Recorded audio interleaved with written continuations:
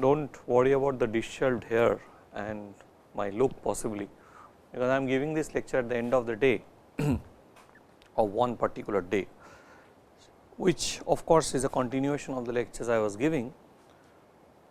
We have just been able to establish that the dual is a possibly a nice idea in optimization, in the sense that it can provide, at least in the convex case, under certain constant qualification like the Slater constant qualification essentially, that the primal value and the dual value are equal.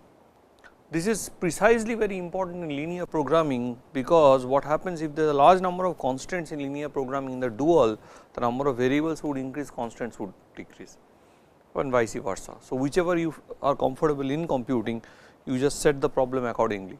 So, there is hardly much of a difference in linear programming whether you are solving the dual or you are solving the primal. The question of having the dual harks back to two important issues. One is that it sends us back to investigating the question of minimizing fx over x element of some convex set x. So, minimizing a convex function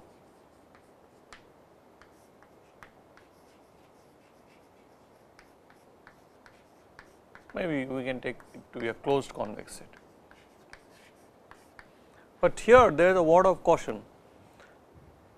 Standard to what we were doing of always assuming functions running from Rn to R, that is taking a function, picking up a point in x and pushing it on a point on R. Let me be very precise that if you look at the structure of the dual problem, which says that minimum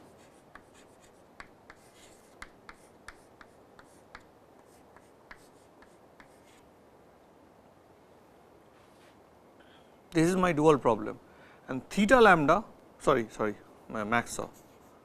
So, which I can write as, this problem can be equivalently posed as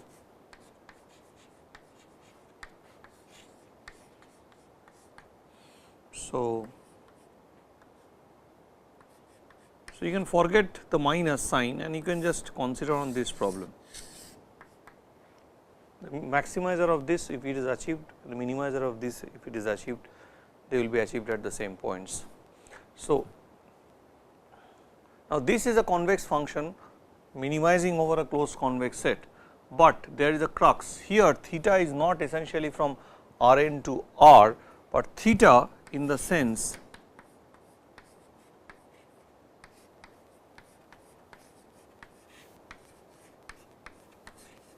because it can take this particular value,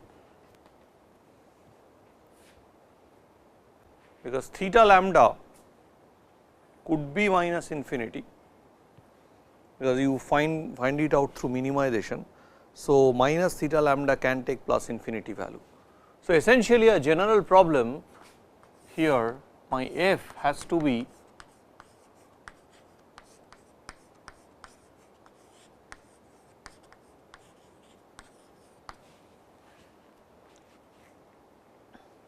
but you know that just having plus infinity values, we are admitting the fact that plus infinity values do come, like the ones here, and you cannot necessarily throw this fact out.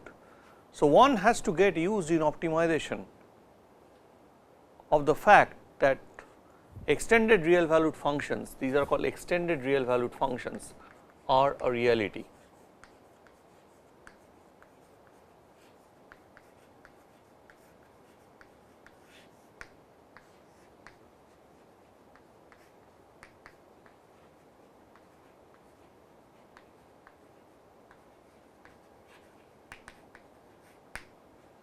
These are called extended real valued functions, and these are a reality, and you really need to appreciate these things if you really want to work with optimization.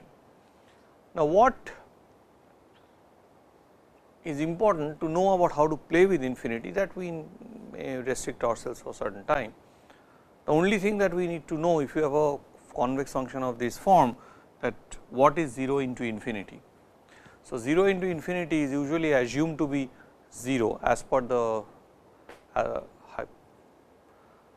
structure taken by Rockefeller and Waits, which is possibly one of the finest edifices on which modern optimization has been built. See, we have to remember, and I would also like to tell the engineers who are engineering students who would be watching this course, that apart from learning the fundamentals of algorithms, one has to appreciate that optimization that you are taught largely in Indian universities, largely, not everywhere, is of the 1960s vintage. But one has to understand, like any other part of mathematics, optimization also has a life of its own and it has progressed a lot. It has answered questions which are pretty important, and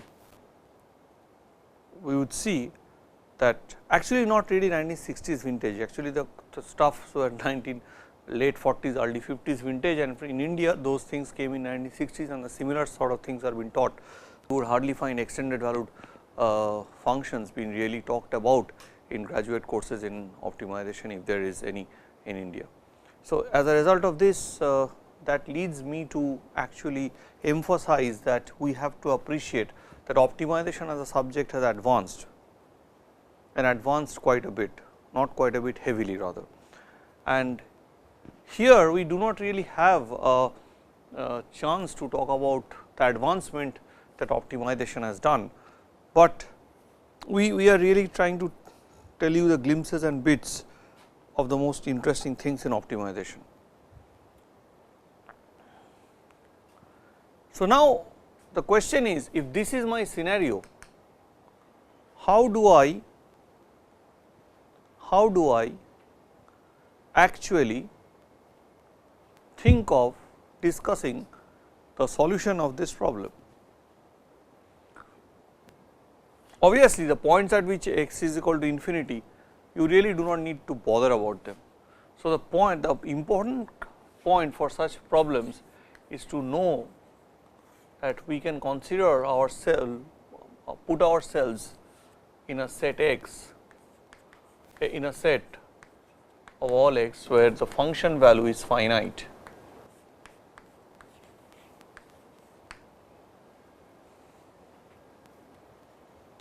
So, for every such x in DOMEF, I can define the subdifferential f of x as what is the subdifferential? So, xi belongs to del f x if and only if f of y minus f of x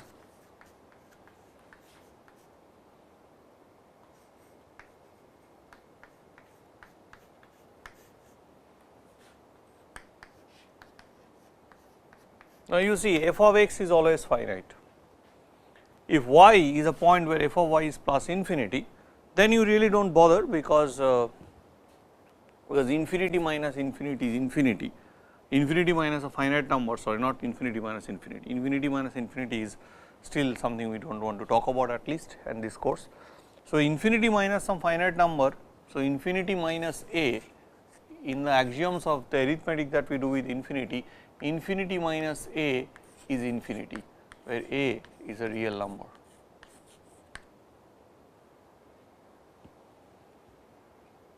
It does not matter whether a is a positive number or negative number. Basically, infinity plus minus a is plus infinity. So, if this side is infinite, then obviously this side is finite and the inequality is valid.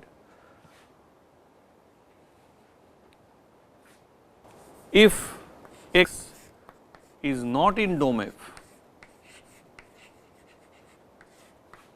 then we define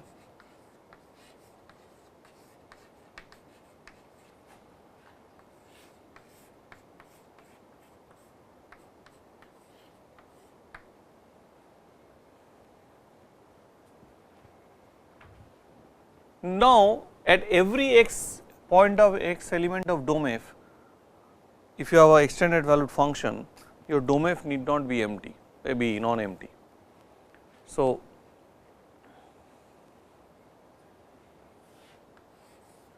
if f from Rn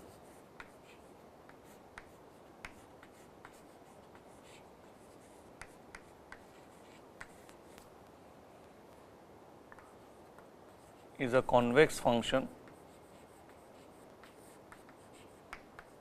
when is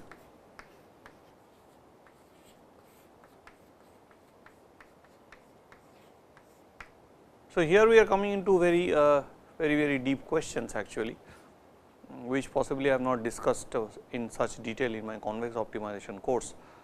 I had, but not there is not much scope, because there also you need to cover a lot of things. Linear programming had a lot of space had been given to that. Now, a very important thing to realize at this point is the following. Now, the question is,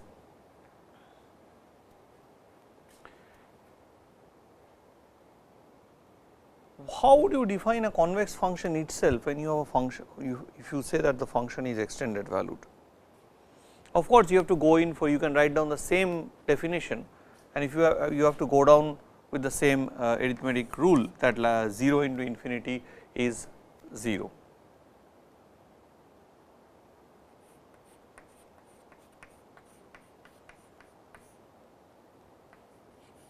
So, this is the definition of convex function.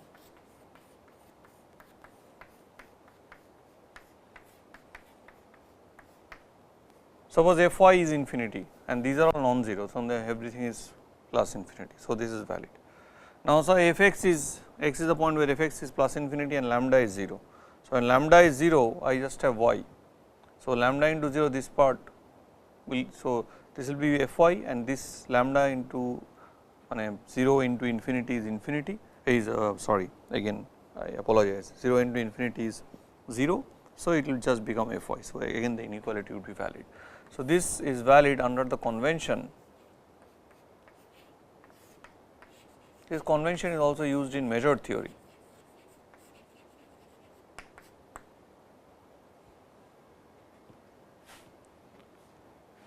A lot of things in mathematics is essentially about convention. If you read this book, Mathematics, very short introduction by Timothy Gowers, you would see that that is what he wants to say. A lot of things is about convention.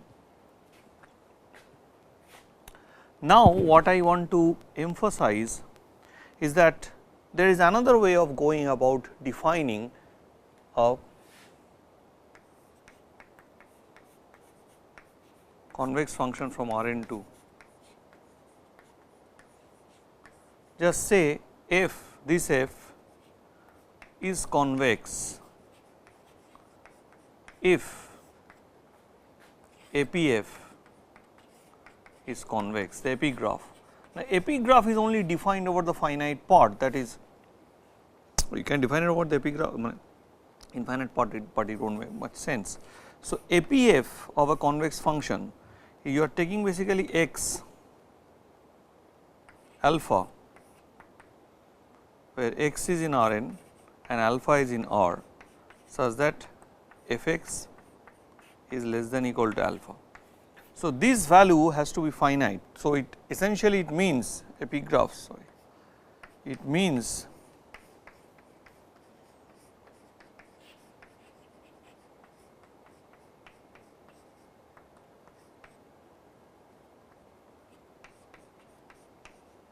so, if the epigraphical set is convex, then you know that the function is convex.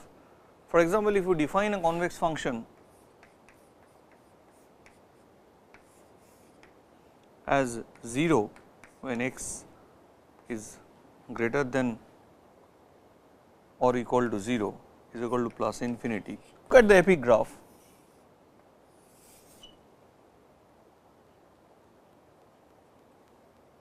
This is the epigraph. As beyond this, this is plus infinity. So, if the epigraph is a convex set, then the function is a convex function. So, this function is a convex function. If you even suppose I do a little bit this trick, my question as a homework to you is APF convex.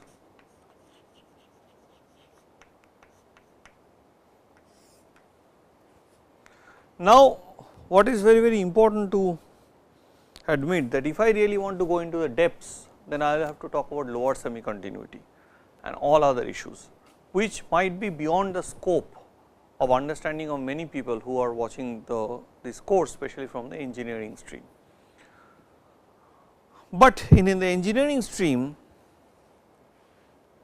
you are also faced with not only you need not always bother about Lagrangian duality, you are also faced with the problem of minimizing this over this, where f is convex and this is a convex set, but f is a finite valued function. This is a very common problem, but it might be that your f now is not differentiable. So, I am making the problem slightly simpler. So, we are really not going to address and try to solve or write an algorithm of how to solve this problem, which is of a function of this form, the same extended valued form, which has all these complications. You see the theoretical indices that are coming in, and this actually needs training in mathematics to appreciate what is going on here. I would rather not get into the things, but I would rather refer to you the book of those who are interested to know more about it. I would rather refer to you the book of convex analysis by R.T. Rockefeller.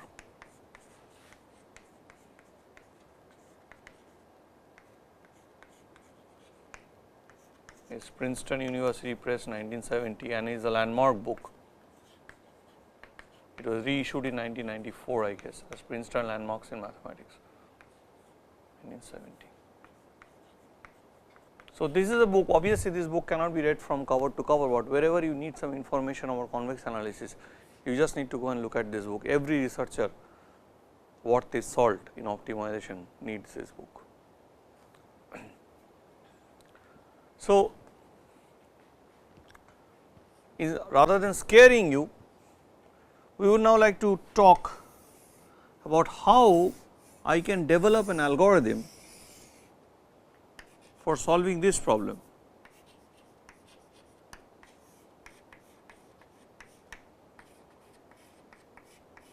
And this is f is Rn to R and convex, and x is closed and convex.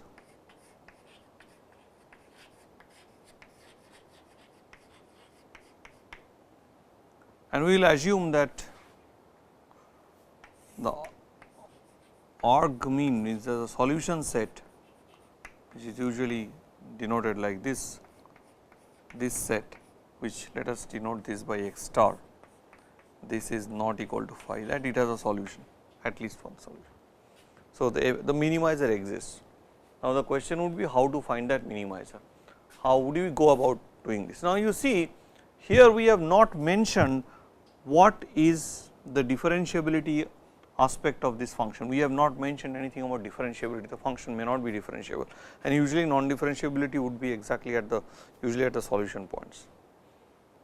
It is quite a generic property of convex functions. Now, once that is done, then it seems that we can do something which even engineering students can appreciate and actually implement them in their work.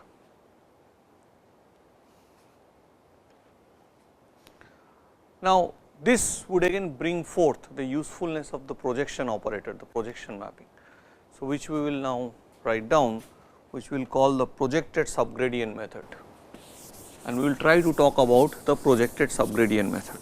First, write down what should be the projected subgradient method, and then we will start analyzing it. So, we do not have gradient, we have already talked about gradient, projected gradient method. Now, we are talking about projected subgradient method. You already know what is a subgradient. See, only knowing the very basic definition, you could understand quite involved things. Now, if the problem is not differentiable, then x star, so I will call this problem CP again. So, x star is an element of x star, that is a solution set, if and only if. So, this is the Rockefeller-Shenichny condition. We have already discussed about the normal cone. It is called the Rockefeller-Shenichny condition.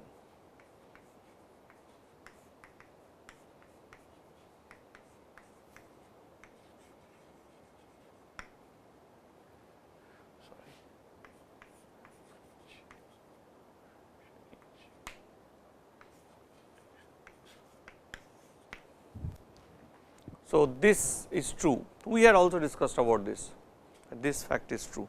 So, we have discussed in a quite a vague way. The problem is that the analysis of this is quite involved, and we have to use separation theorem, and all those details have not been a part of this course in so much of a detail. You need to have a graduate course in optimization to go through all this, because this is largely a course where you mix up some undergrad stuff, largely undergrad stuff with some grad stuff. So, basically you are bringing in undergrad students to the grad level, and you could possibly now try to do some analysis out of this condition. So, what does this mean? This means there are two sets and 0 must belong to their Minkowski addition. So, these any element of this particular set, the sum of these two sets is that you take an element, a vector from here and a vector from here, and you add those two vectors. So, you make all such possible combinations to form the set. So, basically if you are still not comfortable with this writing, but I am still writing this for you, or also those who are just hooked into the program late, is that this consists of all z given in the form of u plus v, such that u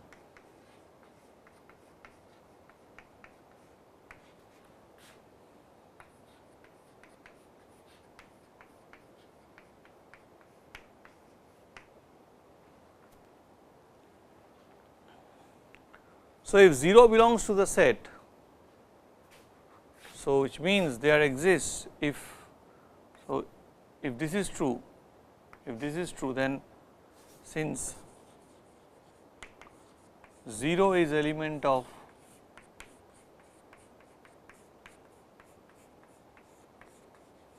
the Minkowski addition of these two sets.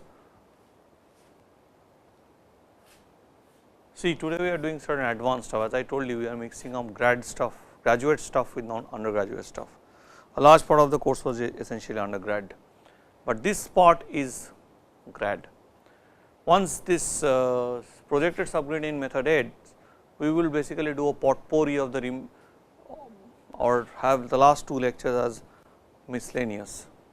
We will talk about a lot of things in optimization.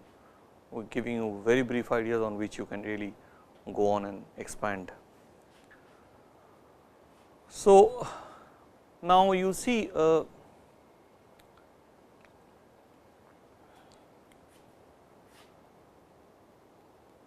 this is what you have. So, which means this implies just from this definition there exists. So, your 0 is now the z, there exists u star element of del f x star and v star element of n c x star, such that u star plus v star equals to 0. Now, once you know that, you immediately know that minus of u star is equals to v star, where v star is itself an element of the normal cone to x at x star. So, I am inputting c, oh sorry, I think I made a mistake, it should be all x. I am sure you can correct me on this.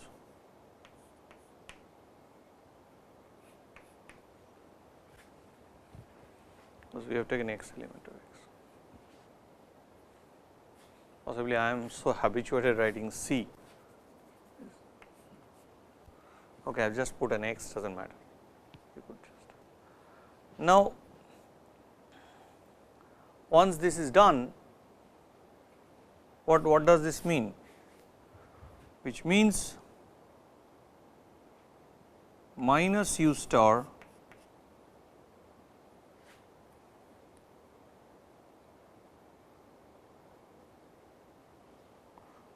is element of n x x star. Now, take any alpha which is positive, then by very definition of the cone, the alpha gets absorbed in the cone. So, minus alpha minus u star is also an element of this by the very definition, where alpha is bigger than 0. Now, what does it say? It says, by the idea of projection, it says that there exists some y in R n such that y minus x star is equal to minus alpha u star, where the projection of y on x is nothing but x star, and projection. So, normal cone, this is the this is the meaning of the normal cone. So, from x star and there is a point outside, you have drawn the normal. So, projection of y on x is the point x star. Go back to your you can go back to the lectures where I have spoken about projection. So, y is nothing but x star minus alpha u star. So, again it means projection of x of y is equal to projection of x star minus alpha u star. But what is projection of y? Projection of y is nothing but x star. So, the Shenichny-Rockefeller condition can be now put into the form, put in terms of the projection mapping, and that is very useful algorithmically. You might ask, okay, x can have various forms, and how do I compute the projection map? There are very simple ways of computing the projection map, because computing a projection, as you know, is again computing a small optimization problem involving the distance function or square of the distance. But we would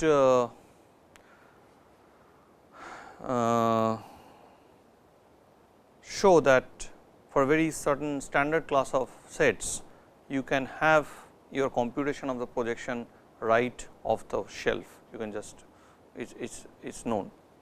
So, we will just tell you that tomorrow, a bit of it, not today, and some of it can be homework. Now, so now what we have done, what we have proved is the following.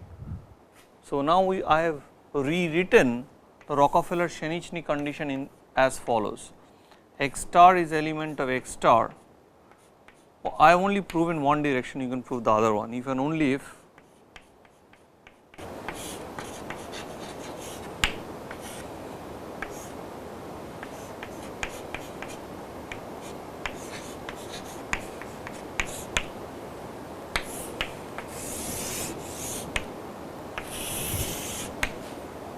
does it look right? No, you cannot just write this. You have to add something more, and what is that something more? You have to understand that this story is not true for every u star. It is only true for this u star, for which u star plus v star is equal to 0. So, what you can say, x star is element of x star if and only if there exists u star element of del f x star such that x star is equal to projection of x star minus alpha u star for any alpha greater than 0. So, now the Rockefeller-Shenichny condition can be written in this particular format.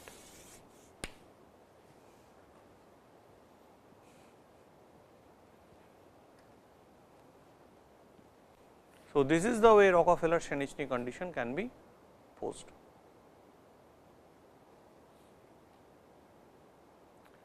Now, does it ring a bell? If you go back and look at the differentiable situation where we have spoken about projected gradient method, does it give you a clue that how could I write down the projected subgradient method? You see, there is no way you can use the negative of a subgradient to say that that is the direction of descent. It is not possible. There are several other approaches. One of them is the bundle method. We will not speak about them at all, but maybe give you a hint while we are doing that miscellany of optimization in the next few few lectures. So, just look at it. The projected subgradient method now has to include this, because there is no gradient. But if there is a gradient, if the function is differentiable, then your u star is nothing but grad f x star, there is no other u star. So, the only possible u star is this. So, that will be the projected gradient. So, let me write down the scheme. So, for projected subgradient, GK is one of the traditional ways where in optimization algorithm literature the subgradient had been always referred to. So, GK is a vector xk, where xk is the kth iterate, and the k plus 1th iterate is the projection on x of xk minus alpha k gk. Remember, when alpha is when we are writing sequences of real numbers, we are writing the subscript below. When we are writing sequences of vectors, we are writing the sequence of notation above as a superscript. So, this is what is called the projected subgradient method. So, this is what is called the projected subgradient iteration method, projected subgradient method.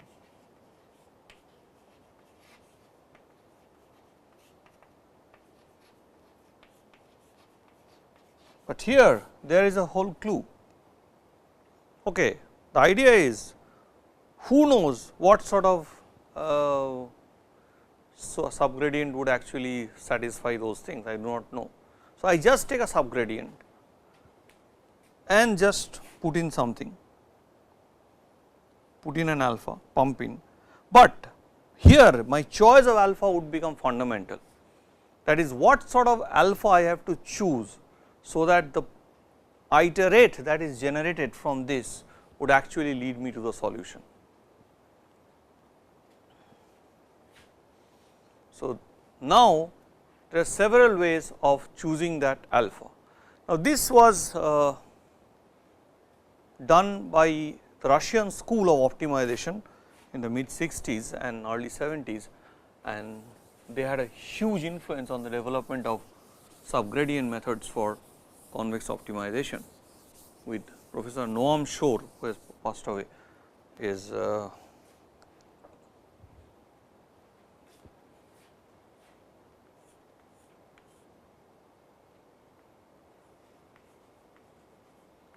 was one of the leading light in this, and then we had Boris Polyak.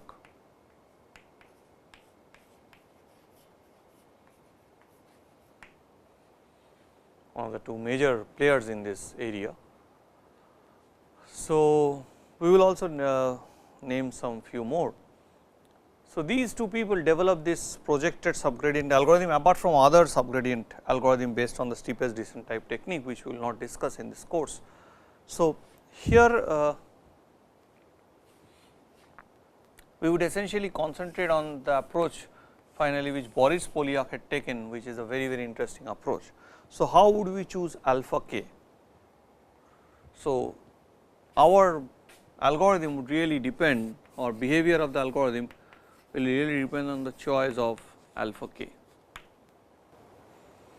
So, we would now tell you the choice of alpha k. Alpha k is of course a positive number that you know. Maybe I should be more erudite and precise rather putting alpha k. In the first case, I would choose alpha k strictly bigger than 0. I would want the limit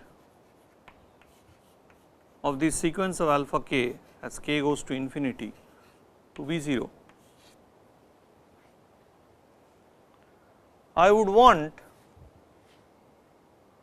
at the same time I would want that the sum of alpha k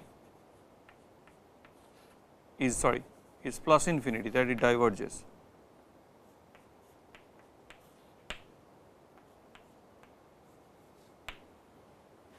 So, it is plus infinity.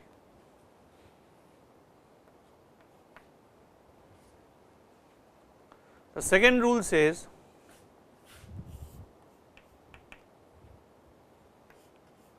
assume. So, this is alpha k is again called the step length. So, alpha k in the same way what we have done in the line search method for unconstrained case. See, here we are talking about constraint case, and the projection is taking care of the constraints, because the projection on x will always give you a point in x. So, that is taking care of the constraints. So, that is very, very important to note. So, assume 1, that is assume all this, and then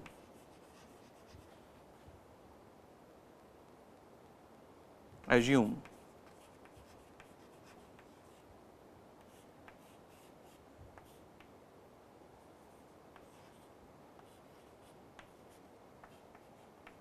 one to infinity or 0 to infinity, does not matter.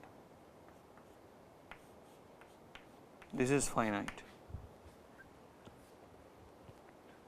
So, this infinite series does not converge, this infinite series converges, but here limit alpha k is equal to 0. You can immediately understand what sequence alpha k is the model of this, because if I take alpha k to be 1 by k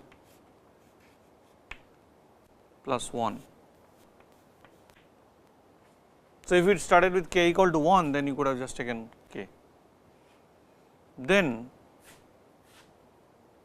it is clear that this is holding, and it is clear that this is some sort of harmonic series, basically part of a harmonic. So, this is, and also summation 1 by k plus 1 whole square, if you go like that,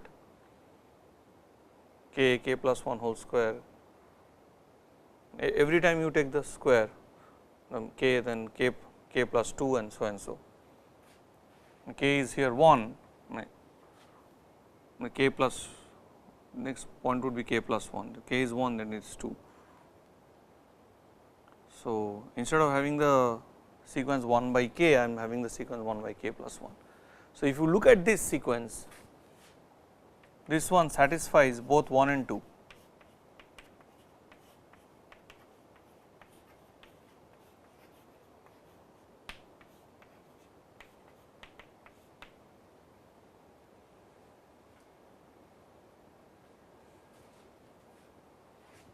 The third one, so these are very you see the type of strange assumptions.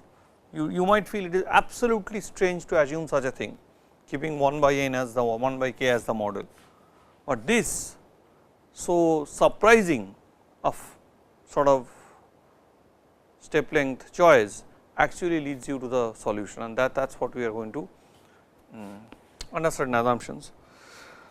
But the most important choice was given by this.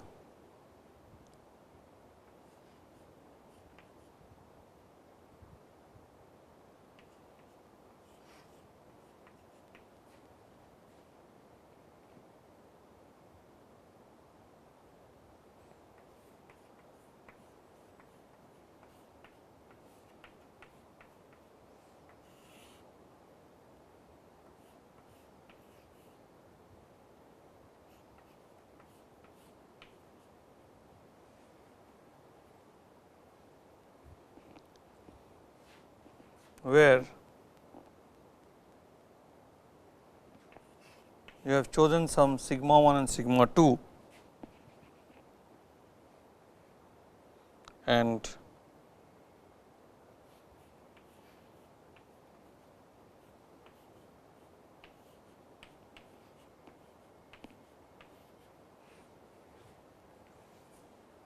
so you choose theta k like this, that is fine, you can choose sigma 1 and sigma 2, but though theoretically this is very very powerful.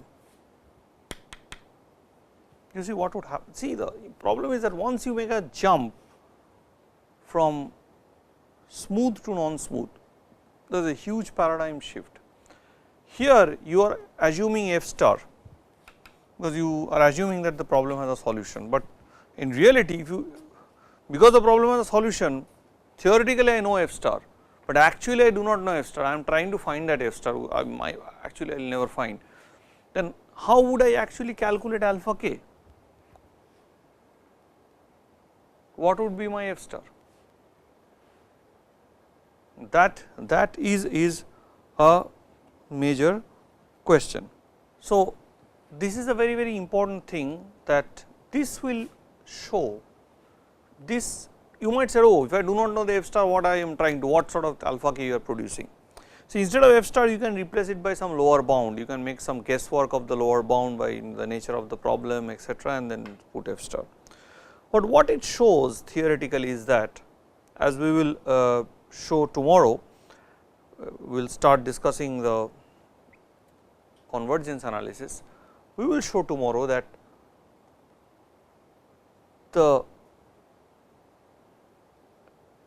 sequence of iterates move towards the global minima, not based on the fact that we have to reduce the function value just like in other algorithms, you have to decrease the function value, but rather than it is based on the fact that we have to decrease the distance of the iterates from the objective value, that if this step length is followed, then the distance of x k from the iterate, x k plus 1 from the actual solution, from a solution x star, is strictly less than is distance of x star from x k. So, it is something like that, this is something that will happen. So, if you follow the Boris-Polyakh step length,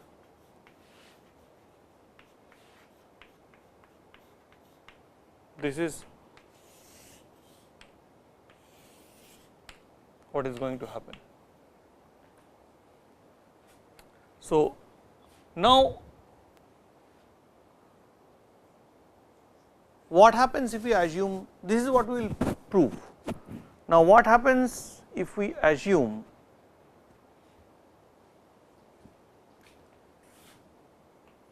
this, what happens if we assume this, and what happens if we assume this? If we assume this, then we have to assume, suppose we assume 1, assume the step length choice 1, then if this sequence of GKs that you get is bounded,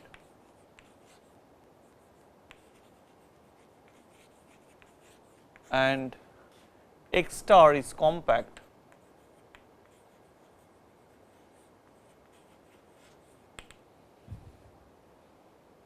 then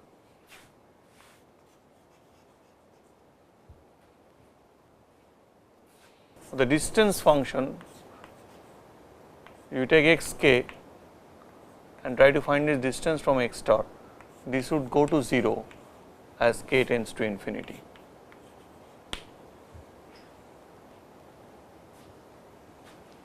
Now, what would happen if I choose step length 2, that is my assumes 2.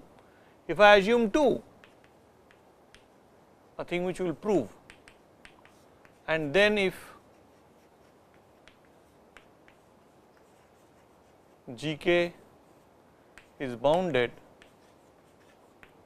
then xk goes to x star element of x star and f of xk goes to f star.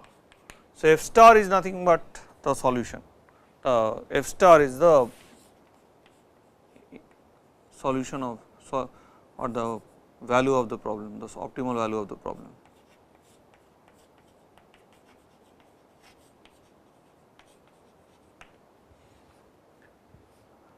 And if you choose the Borich-Polyak step length, then you do not have to even take this. If you assume 3, then this will happen. But remember, the Borich-Polyak step length is essentially a theoretical guide, what these are implementable step lengths. So, once you have implementable step lengths, the second one is the better one, which is choice like this. You have to make a, now how do you know it is bounded? How do you know that GK is bounded? Now,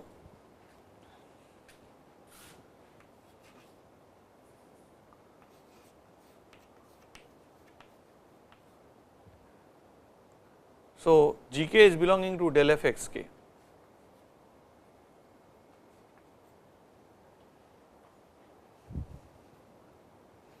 And there is a notion of local boundedness. So, this is actually required when you are talking about these sort of functions, but when you are talking about extended these functions, this finite valued function, then this thing that GK is bounded comes out of the fact that the subdifferential map is locally bounded. So, I have not told you what is locally bounded, so you need not bother about it. Let us just assume that this is true, and tomorrow we will start by proving this and then writing down this Borich-Polyak's result rather than getting into details. First we will prove this and then we will prove this. So, tomorrow's class would be the proof of these two, and which will be one of the most advanced lectures given in this course, and as a result of which you will see the issues that come up, the art of optimization algorithms. Is optimization algorithms, doing optimization algorithms as art. See, you cannot just write down something and say okay, just compute and this is the solution, this will give you the solution. No, you cannot do that. You have to say whatever you have written, whatever tampering you might have done, this would ultimately lead me to the solution, or somewhere some at least the values would lead me to the objective optimal value. Somewhere it should take me which is meaningful, which makes it meaningful. So, that is the art, the convergence analysis is the art of optimization algorithms. So, it is very important in this class that we have done something with the Newton's case, Newton's method for the unconstant case, but for the constant case, at least in the convex situation, it is also important that we do thorough analysis of at least one of them. So, I will just do this. Thank you very much.